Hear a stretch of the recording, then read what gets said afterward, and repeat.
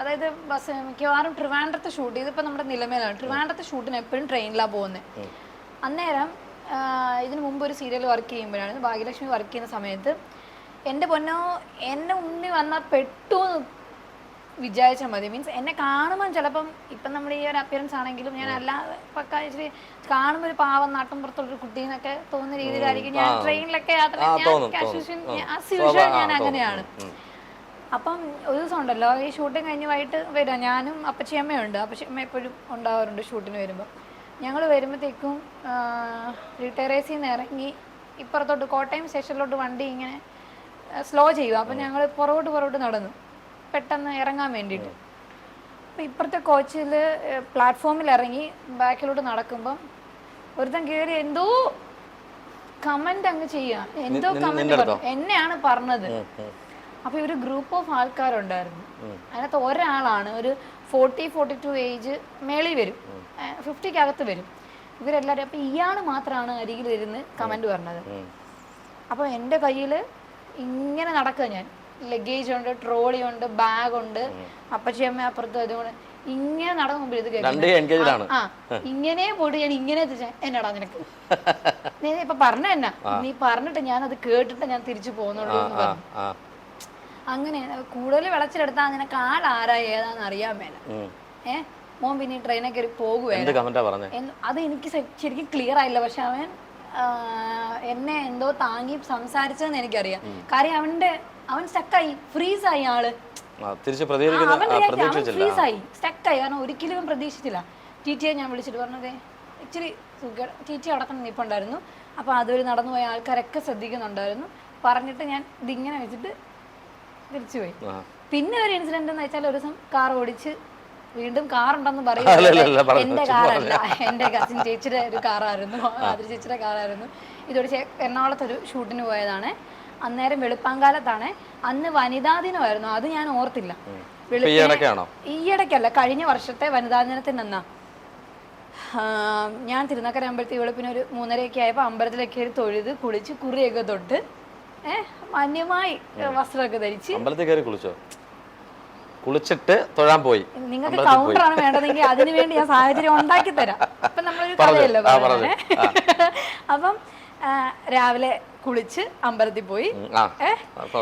തിരുനക്കര അമ്പലത്തിൽ വെളുപ്പിന് ഒരു 3:30 സമയത്താണ് അമ്പലത്തിലൊക്കെ കയറി തൊഴുത് ഇറങ്ങി 4 മണി 4:30. പിന്നെ ഒരു നാടൻ പാട്ടൊക്കെ ഇട്ട് ഇങ്ങനെ വണ്ടി ഓടിച്ച് പോവുക. അങ്ങനെ തൃപ്പൂണിത്തുറ എത്തിയപ്പോഴത്തേക്കും അവിടെ മെട്രോയുടെ പണി തുടങ്ങുക, പണി നടന്നുകൊണ്ടിരിക്കുക. അപ്പോൾ അവിടെ വർക്ക് ചെയ്യുന്ന, അവിടെ ഈ വണ്ടി ഇതെല്ലാം കോർഡിനേറ്റ് ചെയ്ത് തിരിച്ചു വിടുന്ന ആളോട് ഞാൻ ഗ്ലാസ് കത്തിട്ട് ചേട്ടാ ഇത് വഴി തിരിച്ചു വിടുകയല്ലേ, എനിക്ക് പോകേണ്ടത് കാക്കനാട് റൂട്ടാ, എന്താ ചെയ്യണ്ടേ? ഇയാള് ഗ്ലാസ് താത്തതും ഭയങ്കര വൃത്തികേട്. ചേട്ടാ പറയാൻ പറ്റാത്ത രീതിയിൽ മോശമായി സംസാരിക്കുന്നു. ഒരു പെൺകുട്ടിയോട് സംസാരിക്കാൻ പാടില്ലാത്ത രീതിയിൽ. ഇവൻ വിചാരിച്ചെന്താ എന്നെ കണ്ടപ്പോ ഭയങ്കര കുറിയൊക്കെ തൊട്ടൊരു പാവാന്നെല്ലാം തോന്നി കാണും. ഞാൻ പാവമാണ് കേട്ടോ, പാവല്ലെന്നല്ല. അല്ല കൂടെ പറയേണ്ടത്. അല്ല ഞാൻ ചോദിക്കുന്നത് പാവം അല്ലെങ്കിൽ ഭയങ്കരയാണെങ്കിൽ ഒരു വഴി വെച്ചല്ലേ ഉള്ളൂ. ഓക്കെ, അപ്പം ഈ സംഭവം ഇവൻ ഗ്ലാസ് താത്തിട്ടുണ്ടല്ലോ മോശമായ രീതിയിൽ. അതെനിക്ക് എങ്ങനെ അതിനെ ആ വേർഡ് പറയണമെന്നറിയില്ല. തികച്ചും മോശമായിട്ടുള്ള രീതിയിൽ നമ്മുടെ ബോഡി പാർട്ടൊക്കെ വെച്ചിട്ടുള്ള രീതിയിൽ സംസാരിച്ചു. നിനക്കിട്ട് ഞാൻ തരാടാ എന്ന് ഞാൻ പറഞ്ഞു.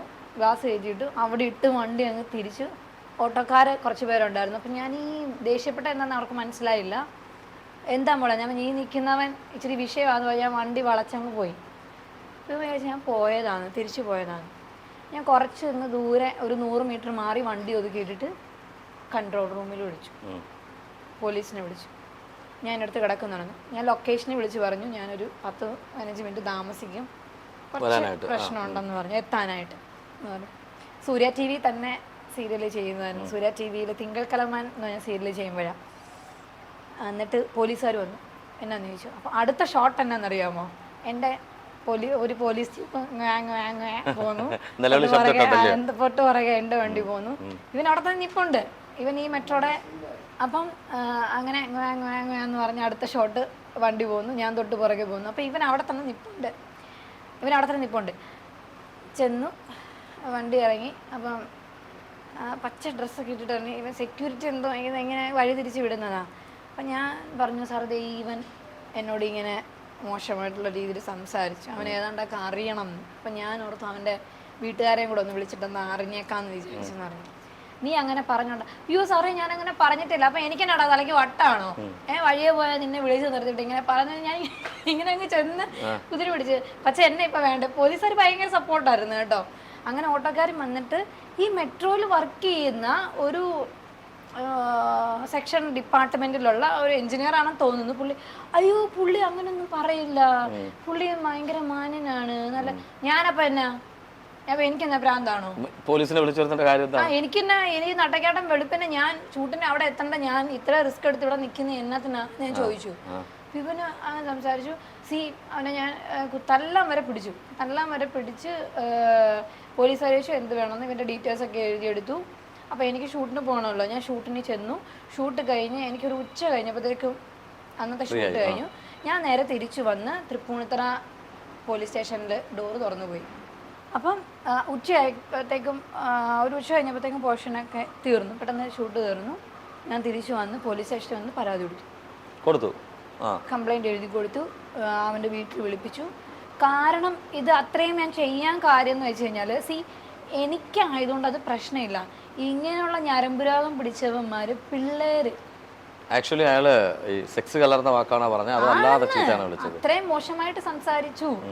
അപ്പം എന്നെ സംബന്ധിച്ച് ഓക്കെ, ഞാൻ റിയാക്ട് ചെയ്ത് എൻ്റെ പ്രോബ്ലം ഒരു പക്ഷെ അവിടെ ഇത്രയും കാര്യങ്ങൾ ഞാൻ ചെയ്തോട് തീരുമായിരിക്കും.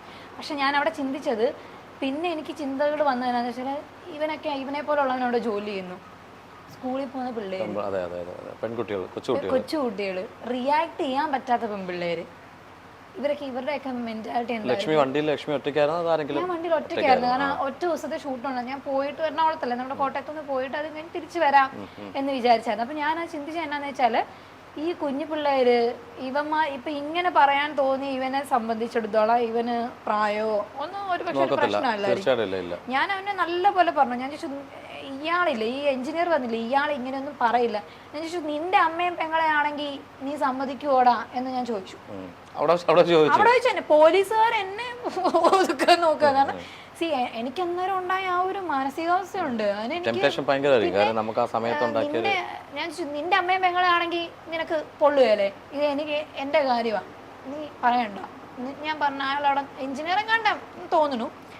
അപ്പം അങ്ങനെ സംസാരിച്ച് അവിടെയാണ് ഞാൻ ചിന്തിച്ചത്. അപ്പം പിള്ളേർക്ക് റിയാക്ട് ചെയ്യാൻ ഒരുപക്ഷെ പറ്റിയെന്ന് വരില്ല, എല്ലാ ലേഡീസും റിയാക്ട് ചെയ്തെന്ന് വരില്ല.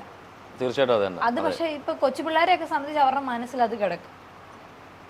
അപ്പൊ അതൊക്കെ ഭയങ്കര ഭയമാവും, പിന്നെ പുറത്തേക്ക് ഇറങ്ങാൻ പേടിയാവും, ഭയങ്കര പേടിയാവും. അപ്പൊ ഇങ്ങനെയുള്ള ബഹുലമായ സംഭവങ്ങളൊക്കെ ഉണ്ടായിട്ടുണ്ട്. ഇനി പറയാൻ പോയ ഒത്തിരി ഉണ്ട് യാത്രയിലൊക്കെ. പക്ഷെ എനിക്ക് തോന്നുന്നു കേരളത്തിൽ ഉണ്ടായിടത്തോളം വേറൊരു നാട്ടിൽ, ഞാൻ ടൂറിസമായിട്ട് അറിയാലോ, ഇടയ്ക്കിടയ്ക്ക് ട്രിപ്പുകൾ അറേഞ്ച് ചെയ്ത് കൊണ്ടുപോകുന്ന, അതായത് ഫ്രീ ടൈം കിട്ടുമ്പോൾ ടൂറിസം ആണ് ബേസിക്കലി പഠിച്ചത്. അപ്പം ഫ്രീ ടൈം കിട്ടുന്ന സമയത്ത് കാശ്മീരും ഡൽഹിയും പഞ്ചാബും ആഗ്രയും ഒരുമാതിരിപ്പെട്ട സ്ഥലങ്ങളെല്ലാം കവർ ചെയ്തിട്ടുണ്ട്. പക്ഷെ അവിടെ ഒന്നും എനിക്ക് ഇങ്ങനെയുള്ള ഇൻസിഡൻസ് ഉണ്ടായിട്ടില്ല.